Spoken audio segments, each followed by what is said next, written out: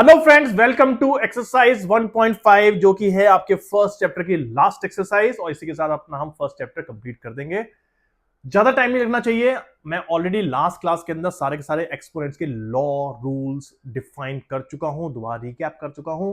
तो इसलिए हम क्विकली आज ये पर्टिकुलर एक्सरसाइज करेंगे। छोटा सेशन होना चाहिए लेकिन इंपॉर्टेंट है आपके लिए, क्योंकि इसमें से एक क्वेश्चन पक्का आने के चांसेस है। तो आइए देखते हैं पहला क्वेश्चन जो है एक्सरसाइज 1.5 का। Find 64 by 1/2। तो यानी कि क्वेश्चन है 64 रेस्ट टू द पावर 1/2। और आपको मैंने बताया था अगर रेस्ट टू पावर 1/2 है तो इसका मतलब है 64 अंडर रूट, और अंडर रूट ऑफ 64 होता है 8। तो आपका आंसर आता है 8। नेक्स्ट क्वेश्चन हम देखते हैं। नेक्स्ट क्वेश्चन है 32 रेस्ट टू पावर 1/5।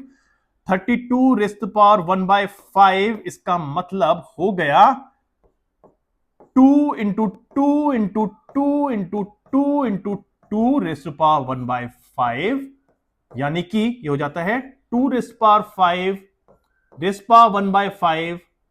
क्योंकि यहां पे 5 है, यहां अंडर 1/5 है, 5 से 5 कैंसिल, आंसर आया 2।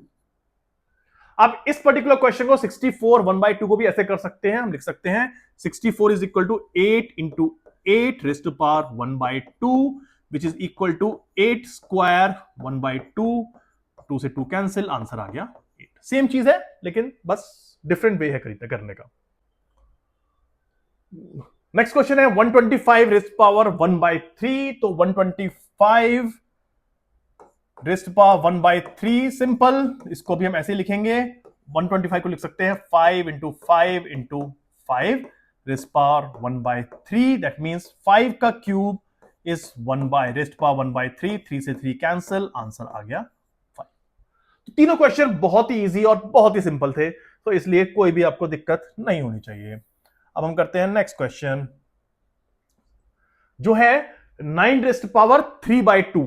तो यानी कि 9 रेस्ट पावर 3/2। जब भी ऐसे क्वेश्चन आए और आपको दिखाई दे जो नंबर जिसके ऊपर की एक्सपोनेंट लगा हुआ है, पावर लगी हुई है, पहले उस नंबर को आप सिंप्लीफाई कर लीजिए और देख लीजिए कि क्या वो किसी भी एक्सपोनेंट फॉर्म में लिखा जा सकता है। तो 9 को हम लिख सकते हैं 3 into 3 raised power 9/2। That means, sorry माफ कीजिएगा, नॉट 9/2, ये है 3/2, यानी कि हो जाएगा 3 स्क्वायर रेस्ट पावर 3/2। 2 से 2 कैंसिल, ये हो गया 3 रेस्ट पावर 3। इसको ऐसा भी छोड़ सकते हैं वरना ये तो सिंपल है, आसान है, 27।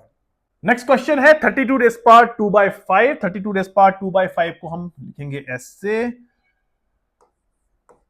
और जैसे कि मैंने बताया था कि जो आपका नंबर है, मेन नंबर है, जिसपे ऊपर एक्सपोनेंट लगा हुआ है, उसको आप सिंपल फॉर्म में लिख लीजिए। 32 को लिख सकते हैं 2 into 2 into 2 into 2 5 times which divide raised to power 2/5।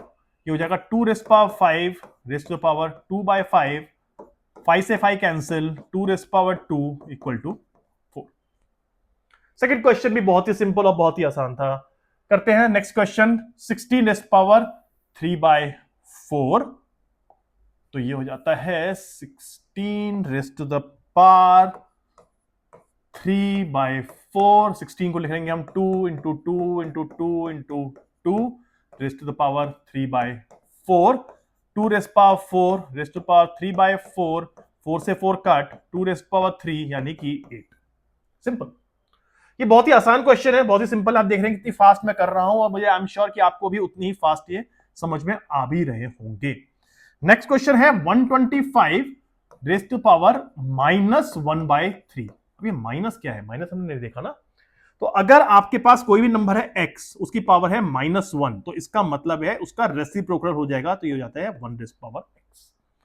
Simplify, अगर 1 raised power 1/x rest power -1 है तो वो हो जाएगा x।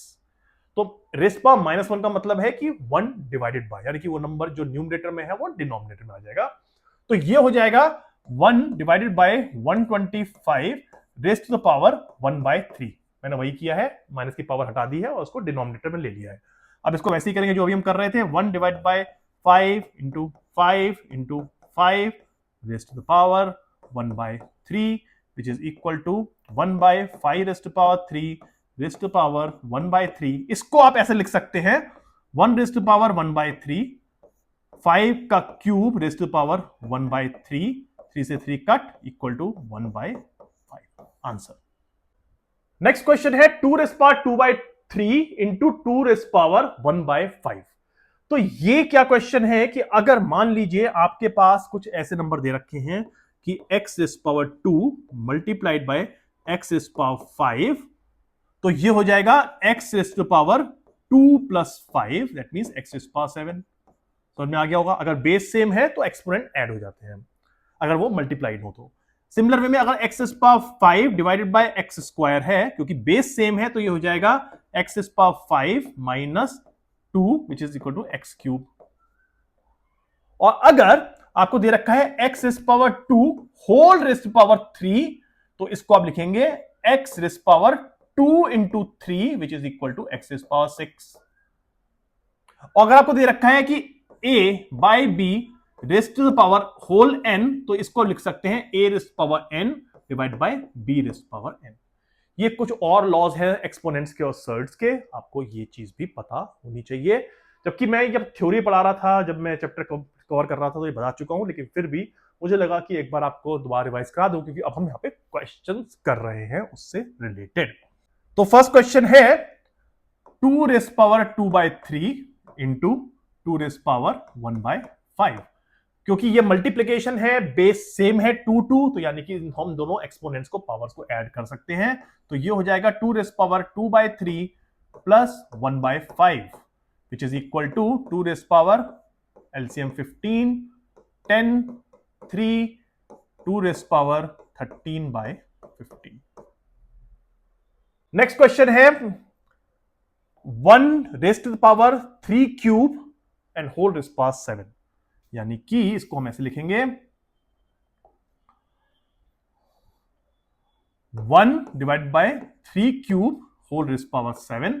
और हम ये लॉ पढ़ चुके हैं कि a divide by b whole raised power n is equal to a raised power n divide by b raised power n। तो यहां पे हम ये लिख लेंगे 1 divide raised power 7 and 3 cube whole raised power 7। 1 raised power 7 हो जाएगा 1, और 3 क्यूब होल रेस्ट पावर 7 आपको बताया था मैंने a raised power m raised power n is equal to a raised power m into n, यानी कि यहां पे हो जाएगा 3 raised power 7 into 3 into 21 equal to 21। 3 into 7 equal to 21। Next question है 11 raised power 1/2 divided by 11 raised power 1/4। तो हम already देख चुके हैं a raised power m divided by a raised power n is equal to a raised power m minus n, यानी कि इस फॉर्मूले से हम लिख लेंगे 11 रेस्ट पावर 1/2 माइनस 1/4, और ये हो जाएगा 11 raised power 4, 2 minus 1, that means 11 raised power 1/4। और लास्ट क्वेश्चन है इस पर्टिकुलर एक्सरसाइज चैप्टर और रैशनल और नेचुरल नंबर्स का। वो क्वेश्चन है बहुत ही इजी और सिंपल क्वेश्चन है। लास्ट क्वेश्चन में एक्सपेक्ट कर रहा था टफ होगा, लेकिन कुछ ज्यादा टफ नहीं है। ये है 7 rest power 1/2 into 8 rest power 1/2। आप देखिए कि ये दोनों के दोनों बेस सेम नहीं है, लेकिन पावर सेम है, तो यानी कि बेसिकली ये है √7 इंटू √8। और जैसे कि मैंने आपको बताया था √a into √b is equal to √ab। तो ये हो जाएगा equal to √7 into 8 which is equal to √56 the end. पूरा पूरा आपका चैप्टर कंप्लीट हो गया। लंबा चैप्टर था मुझे पता है, बाकी के चैप्टर शायद इतने लंबे नहीं है, इतने ज्यादा कॉन्सेप्ट्स नहीं है चैप्टर्स के अंदर, लेकिन ये चैप्टर एक काफी लंबा चैप्टर था। और आपको ये ध्यान रखना है कि इस पर्टिकुलर चैप्टर से क्वेश्चंस काफी आ सकते हैं। मैं को बता चुका हूं 4 टाइप के क्वेश्चन कौन कौन से आ सकते हैं। सर्ड्स, एक्सपोनेंट्स, इनके रूल्स, लॉज, बहुत ही इंपॉर्टेंट कॉन्सेप्ट है। और ये आपको सिर्फ यहीं पे काम नहीं आएगा, जब भी आप आगे मैथ्स पढ़ेंगे 10th 11th 12th और फिर कॉलेज, इंजीनियरिंग, ग्रेजुएट जो भी करेंगे आप, उन सब में आपको सर्ड्स, एक्सपोनेंट्स बहुत हेल्प करेंगे और बहुत ज्यादा यूज आएंगे। यहाँ तक कि आप जब जॉब करने जाएंगे तब भी ये हेल्प करते हैं। तो इसलिए इन कॉन्सेप्ट को समझना, अंडरस्टैंड करना प्रैक्टिकल वे में बहुत बहुत बहुत इंपॉर्टेंट है। पर आई होप आपको ये समझ में आया होगा पूरा का पूरा चैप्टर।